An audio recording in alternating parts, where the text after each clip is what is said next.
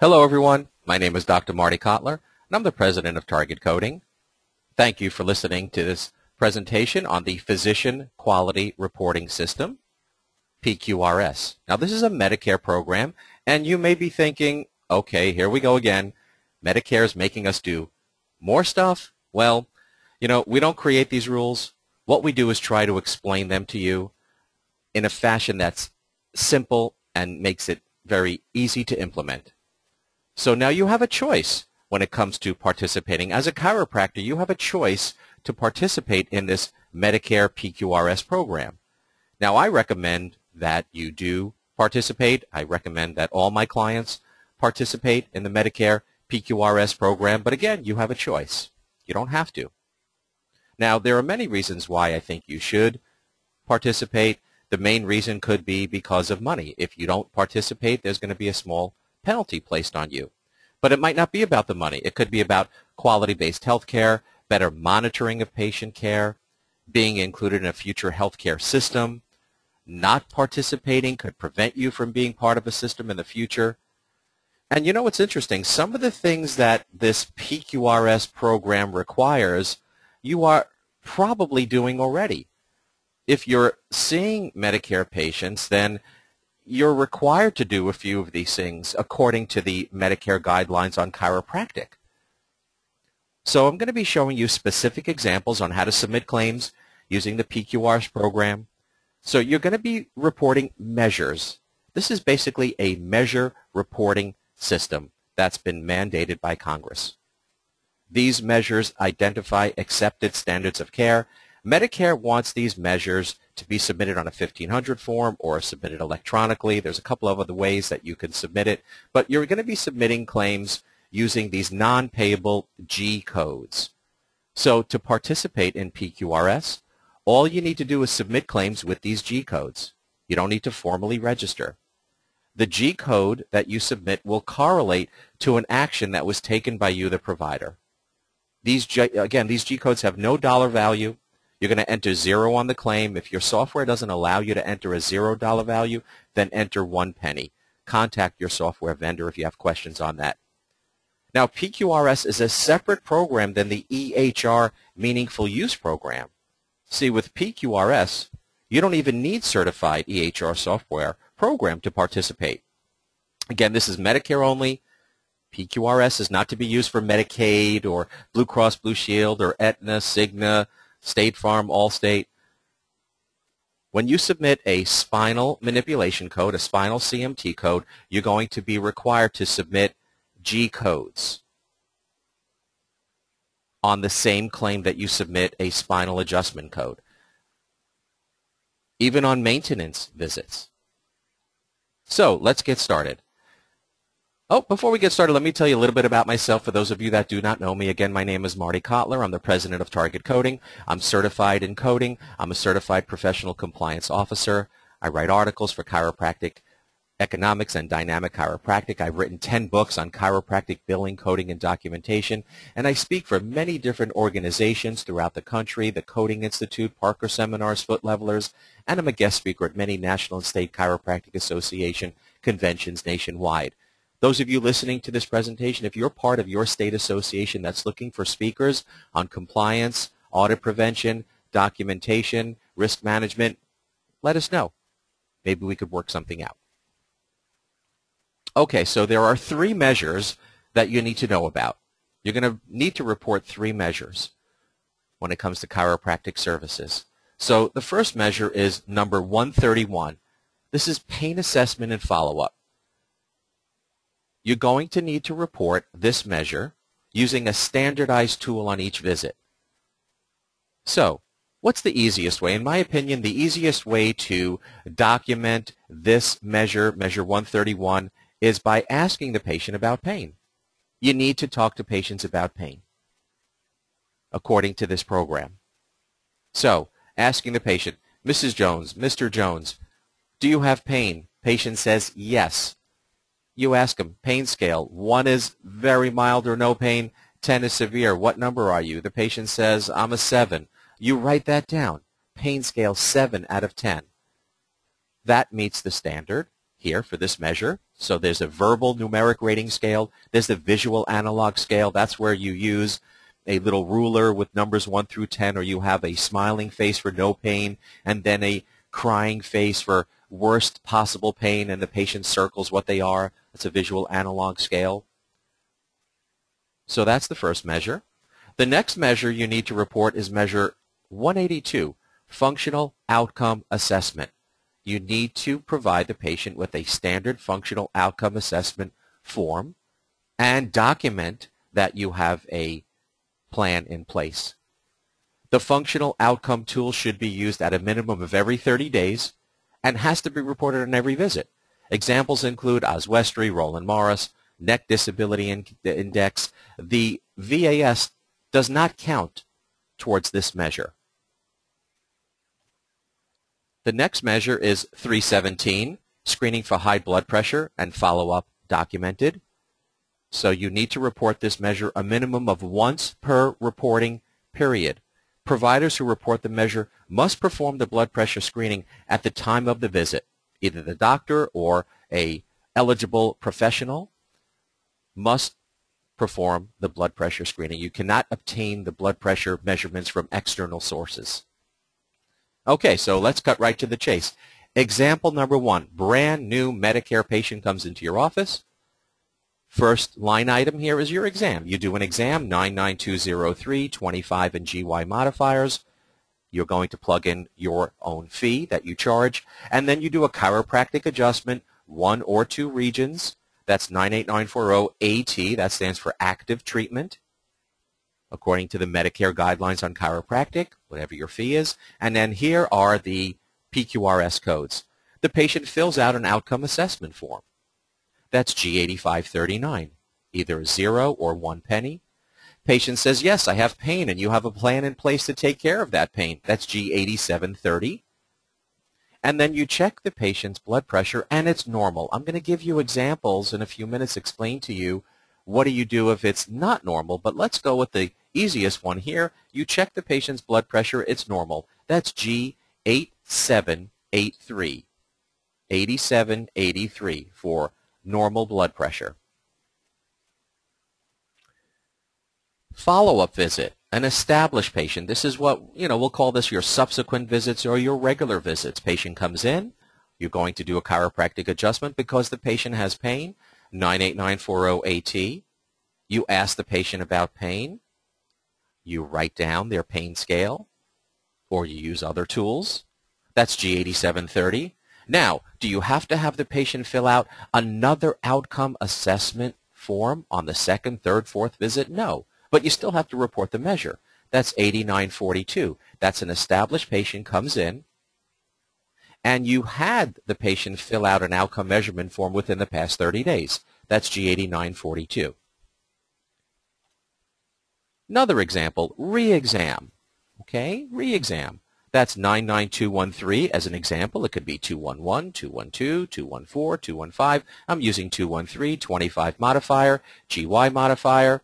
We're not getting into modifiers here on this presentation because this is about PQRS, not about modifiers. So you also do a chiropractic manipulation, active treatment. That's 98940 AT. Patient fills out a new outcome measurement form. That's G8539. Patient still has pain, and you have a follow-up plan in place. There's your G8730. Next example is a wellness visit. Okay, the patient has reached wellness. It's the good news, bad news visit, right? Mrs. Jones or Mr. Jones, congratulations, you've reached the wellness stage of care. Would you like to continue to come in for a little tune-up, a little oil change every once in a while, maybe every couple of weeks or every once a month? You come in for a little maintenance visit. This is not covered by Medicare. Would you like to continue to come in? The patient says yes. Some patients say no. Some patients says yes. The patient says yes. Show them the ABN form. See the bottom of the slide? Signed ABN form. For maintenance care, the patient checks option box 1. So look at the example, line item, the first one, 98940 GA. We took off the AT, replaced it with GA. Next, the patient doesn't have pain. Pain assessment negative. You're not following an active treatment plan, G8731. Patient fills out an outcome measurement form, no deficiencies, G8542. So now let me just quickly go over these measures. You could read these on your own when you get some time. Measure 131, I just gave you a couple. There are 6 possible choices. G8730, G8731. There's another one there, G8442. Documentation that the patient is not eligible for pain assessment. G8732, no documentation of pain assessment provided, reason not given. 8509, positive pain assessment, no follow-up plan. G8939, pain assessment documented, follow-up plan not documented, patient not eligible. Those are your choices. Please understand there's not only the 2 examples that I gave you, there are 6 for each one. Oh, before we get to the next measure, let me just remind you about our Smart Choice program. Our Smart Choice program will help you SWAN. That means, that's an acronym for sleep well at night. So this isn't a membership. This is an evaluation of your practice. We get to show you how to prevent audits, how to strategically bill Blue Cross Blue Shield, Aetna, Cigna, and UPI carriers. We show you how to collect cash for many products and services. We want to make sure you're not underbilling. So many doctors are afraid of audits that they're underbilling. That's a shame. You're losing money. We want to show you how to code to the highest degree of specificity. We want to show you how to prevent dual fee schedules, get your staff trained to help you maximize revenue. Also, when not to use modifiers 52 and 59, and how to build timed codes properly. That's one of the biggest mistakes I see doctors doing. They're not billing their time codes properly. So this Smart Choice program focuses on medical necessity, cash plans. We do a forms review, coding, billing, compliance, maximizing reimbursement. Let us know if you're interested. We also offer memberships. So the Smart Choice program is not a membership, but we do offer memberships for those doctors that are interested in more of a more hand-holding, more of a long-term program. They're all one-year programs, and they include a lot of information. DVDs, CDs, videos, seminars, webinars. So they all include unlimited Q&A. So if you're interested in our Smart Choice programs or memberships, just go to targetcoding.com, click on the services page. We also have a whole bunch of seminars coming up. Specifically on ICD-10, we have a whole bunch of seminars. Most of them will be offering 6 CE credits, so call us at 1-800-270-7044 for more information, or go to targetcoding.com. Get on our email newsletter list. Once a month, we send out a little coding tip of the month, and you could also see our upcoming schedule of events. So yes, go to targetcoding.com, click on the seminars page, and you'll see our upcoming seminars. Also, be aware that this recording is being done in February of 2014. When new information comes up on PQRS, I will be updating these. So if you're listening to this presentation, it's February, March, maybe April of 2014, maybe May of 2014, the information is probably good to go. Anything past maybe April or May, don't listen to this one anymore, and go to our YouTube channel and you'll see an updated one. So make sure you click on the updated PQRS program. All right, so here's measure 182, G8539, 8942, 8542, 8540, 8541, and 8543. I don't have to read these to you. You could read these on your own, but you have choices. Just remember, I gave you a couple in the examples, but there's a few more that you may need to report. Now with measure 182, we have these measurement tools. There's a whole bunch. Many of my clients say, well, which ones should we use, right? There's a whole bunch of them. Just, Dr. Kotler, just tell me which ones to use. So I'll tell you which ones I like best.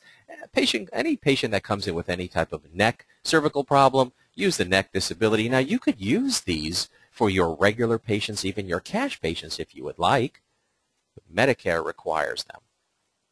Roland Morris for lower back problems. Also the oswestry I really like for lower back conditions, it's a 2-page form. This is the second page of the oswestry.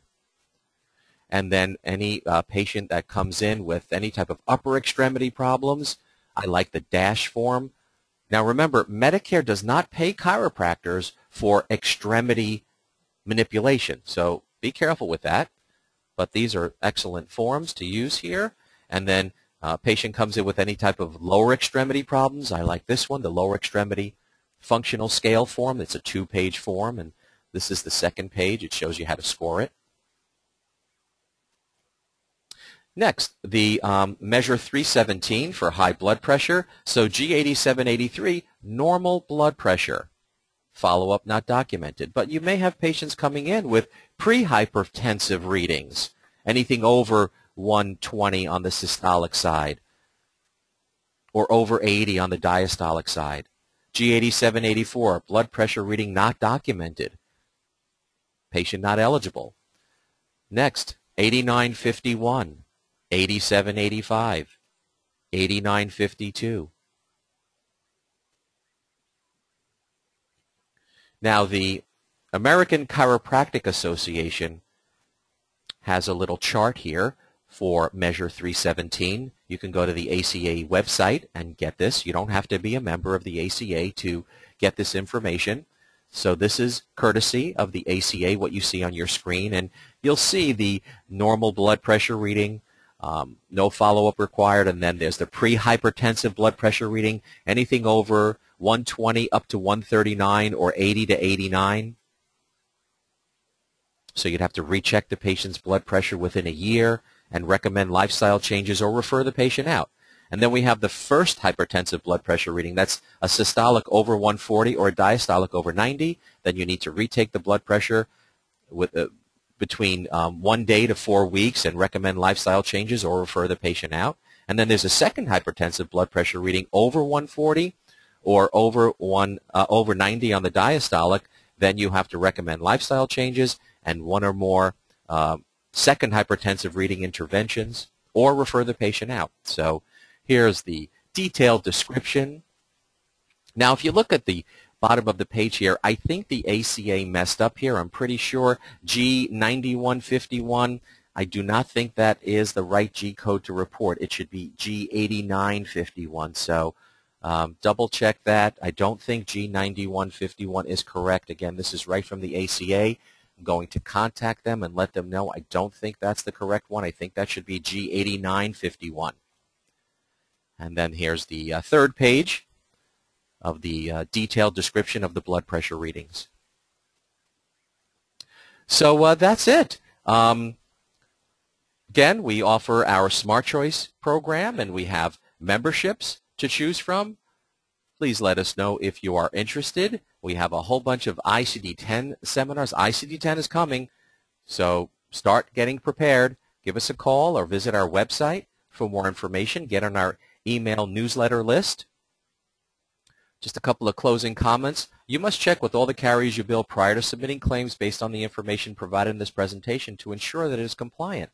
Target coding does not guarantee that the information provided in this presentation will guarantee payment from any insurance carrier or patient. Target coding is not responsible for any insurance carrier or managed care organization laws, rules, and guidelines that can change following this presentation. So please understand that rules change, guidelines change, regulations change, so it's important for you to do your best to stay on top of these changes by attending seminars, webinars, and joining your national and state professional associations. So I want to thank you for listening to this presentation. Again, our contact information, email us, info@targetcoding.com, website, targetcoding.com, telephone number 1-800-270-7044. Again, I want to thank everybody for listening to this presentation. Take care. Bye-bye.